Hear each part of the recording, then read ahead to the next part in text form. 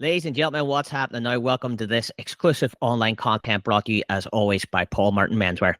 My name is Dee Curran, and whilst you're at our YouTube channel, why don't you subscribe to our service and make sure you hit that notification button so you stay up to date with everything that's going on here on Drive 105's Match Night Live's YouTube channel. Now, do you remember where you were on the night of April 8th, 1997? Well, that night, Derry City overcame overwhelming odds. They overturned a 4-0 aggregate scoreline. They bounced back to claim the Irish News Cup against Sligo Rovers in front of only 500 fans in the Brandywell. This is a classic match that many have forgotten, but we are about to revisit the two-legged final with the double goal scorer from the second tie. I hope you're sitting comfortably, because we are about to get Derry nostalgic about the 1997 Irish News Cup final with Sean Hargan.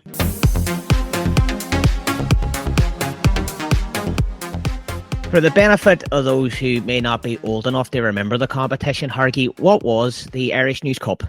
Irish News Cup was for local teams in and around the northwest, from what I can remember. So I think Harps was in it, Sligo was in it, we were in it, a few Irish League teams in it. It was competitive enough, but it was a good chance for the Alexia manager to get a run out of his younger players as well, or maybe fringe players to get a look at them and see where they were at. It was always competitive. I used to hit playing pre-season friendlies, pre-season in general, because there was nothing in it. Even the games and the training and stuff, it used to annoy the life out of me because it didn't mean anything until the actual season started. But the Irish News Cup was a competitive competition, and I think there was prize money and stuff. And at the time, the club was definitely not as well off as it is at the minute. Any money coming in would have been greatly appreciated if he had went on to win the competition. We have teams in Leinster that play the Leinster Senior Cup in the build-up to the season. The Munster teams have a competition, but the Connacht and the Ulster teams don't have anything. So is a competition like the Irish News Cup a miss for teams in the League of Ireland, or those teams situated in the Northwest? I would say it probably is, but sometimes teams that are doing really well don't want any more matches. The likes of Derry, they're playing in Europe and playing in cup matches and playing league matches. It can be a bit of a headache for teams maybe on the top end, but for teams down the league a bit and a couple of Irish League teams, it was definitely a good competition at the time. And, as I say, to give players run-outs aren't normally in the squad. Managers, they get a look, or coaches, they get a look at players and see where they're at. 3 days before the first leg of the final, City had played Sligo in the league. Rovers had come to the Brandywell and defeated Derry 2-0, which ended an 18-league game unbeaten run for City. You had other tight encounters with Sligo, but what do you remember about that particular squad in 1996-97? Sligo was always a club that was bringing players in from England and stuff, and they always had managers coming over from England, and they always seemed to get a bit of investment from somewhere down there. They did have a decent squad back then, always competitive because it's nearly like a derby, and if Harps weren't in the league, Sligo was your nearest rival. They always had a decent team, always hard to get down to the showgrounds and get a result.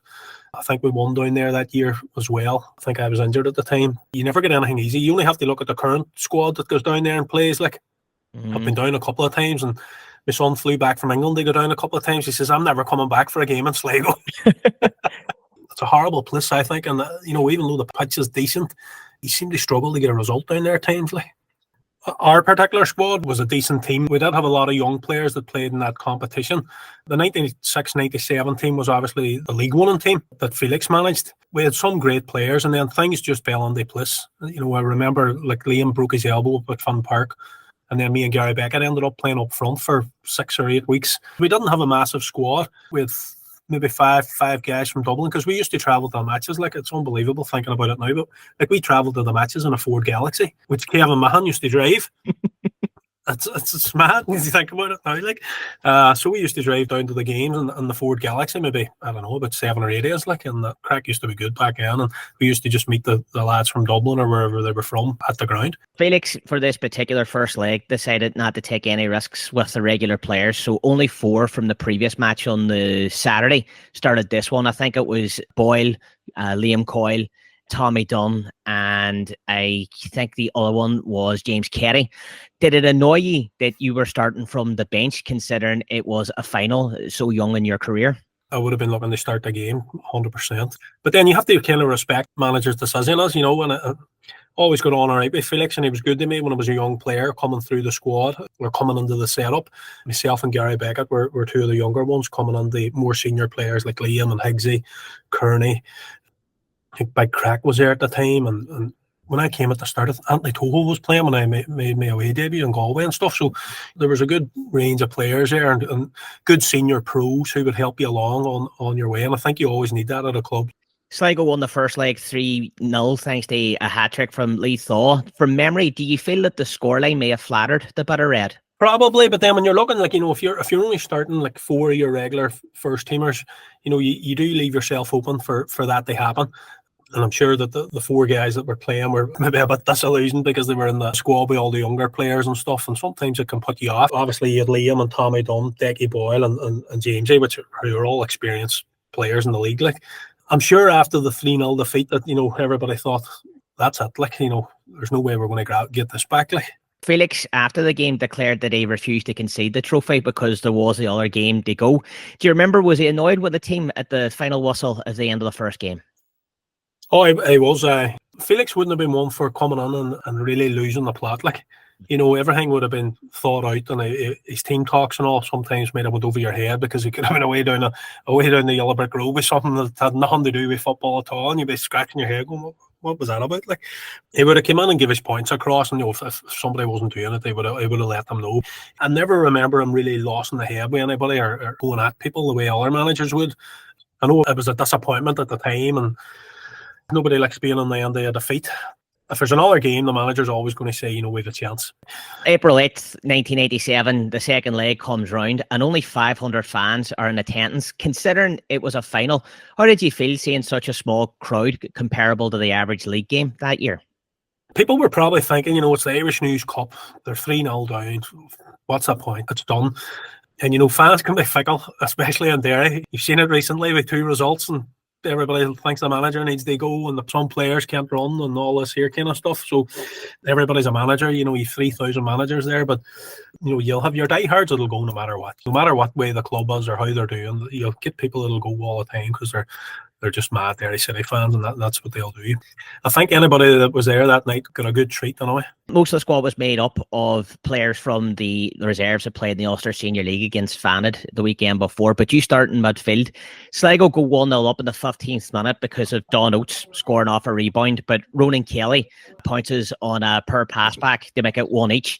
Did you feel, though, whenever Sligo went 4-1 up in aggregate, that they started to coast it a bit and were just content to play the game out then? I would say that they thought that was probably over then, that once they went 4-1 up, they were probably thinking that the game's done.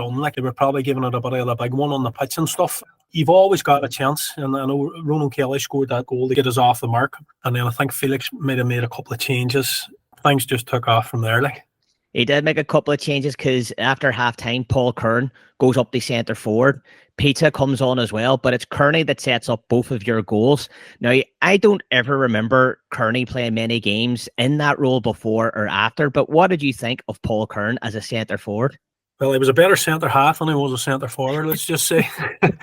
I think Felix must have just been listen, we're just going to go for it. And you'll see it at times, you see even the odd time there, managers throwing centre halves up front, they see if they can get a knock on or get a header or get something out of the game, in the last 10 minutes or whatever. Obviously, Kearney went up there and he done the business. They set 2 up. Sometimes you have to take a chance and play what you see. I think sometimes now players are nearly coached that you have to be in a certain place and you have to stay here and just go and play with freedom, I think. Now, many supporters, maybe because of their age or whenever they started supporting Derry City, would associate you as a left-back. Does it annoy you a bit that people forget that you were an attacking player? No, not at all. No, I probably better remembered for playing left-back than playing up front, apart from if you were in that era nearly 30 years ago now. Felix took a chance and put me up front, and I scored a few goals that season, got over double figures. I think I scored 14. It just worked out well. But listen, I was playing with 2 unbelievable centre forwards, probably 2 of the best the club has ever seen. You had Liam, who was an idol of mine, and then you had Gary Beckett, who as much stick as I give him at times. He was an unbelievable player. Never scored as many as me, but he wasn't bad. It's all to do with the people around you as well. When Liam probably put half of them on a plate for me, or 3/4 of them on a plate for me during some of them games.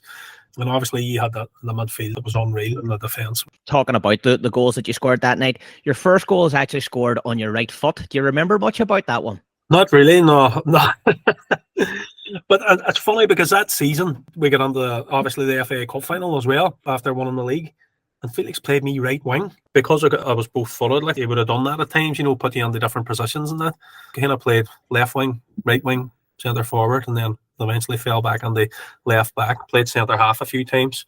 If you have a bit of versatility, it helps you as regards getting under the team. At least you give them another option if you can play in different positions. Whenever Eddie left the club in 2012, there was a tribute night to him up at the Derry City Sports and Social Club, and he told us that you two once had like a £5 reward scheme between you. If one scored, the other paid. Eddie had to go to the credit union a few times. Eddie wasn't one for scoring goals, but I think he might have scored one down in Longford or somewhere. For all the time he was there, like obviously he was there for, I don't know, over 10 years, but I had accumulated quite a few at that stage. Like I always used to have to do a wee presentation to me with a £5, which I gleefully took a hand out of him about for a long time, so we used to have a bit of banter about it. Crack was always good. Back to the game, you've got the team back up the 3-1 on the night, 4-3 in aggregate, but then Ryan Semple, who was man of the match that night, sets up McCabe's header. They tie it in aggregate then, the 4-4. Do you remember the atmosphere on and off the pitch changing at that stage? Yeah, obviously the goals give you a bit of belief, give the team confidence, and especially Semps was unreal when he came back from England and he came under the squad. Like I think there was a couple of guys from Top of Hull was in the squad as well. I think Dee McGinley was playing, I don't know if he started, and Stephen McKillian were two players that were coming through the underage setup then. And Big Papa scored. We had to catch him at the halfway line to stop him from running out of the ground. But obviously he got us back up to 4 each. The crowds loved it and everybody's confidence is high, and obviously Sligo then's in panic mode. Well, 87th minute, Paul Hegarty scores the fifth, and what would be the winner? Other than this long-range effort, can you remember many Paul Hegarty goals for Derry City or any of that quality? Never seen him doing it in training, never seen him doing it in a match before.